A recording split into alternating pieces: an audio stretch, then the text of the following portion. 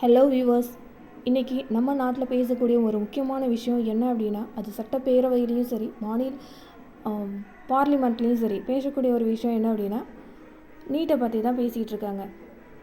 ஆனால் இவங்க பேசுகிறது மாணவர்களோட நலனுக்காக பேசுகிறாங்களா என்ன அப்படிங்கிறது தெரியலை. ஏன் அப்படின்னா, மத்திய அரசா மாநில அரசா அப்படிங்கிற மாதிரி பேசிகிட்டு இருக்காங்க.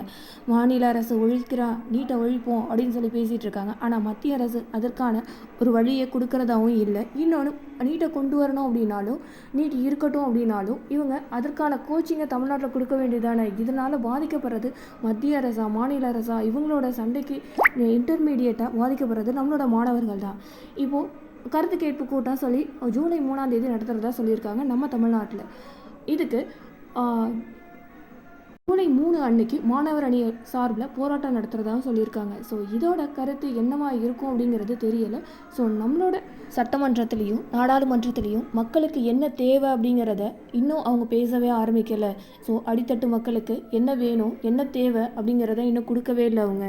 ஸோ உங்களோட கருத்து என்னன்னு நம்மளோட கமெண்ட் செக்ஷனில் சொல்லுங்கள். ஓகே, இதே மாதிரி அடுத்த வீடியோவில் சந்திப்போம்.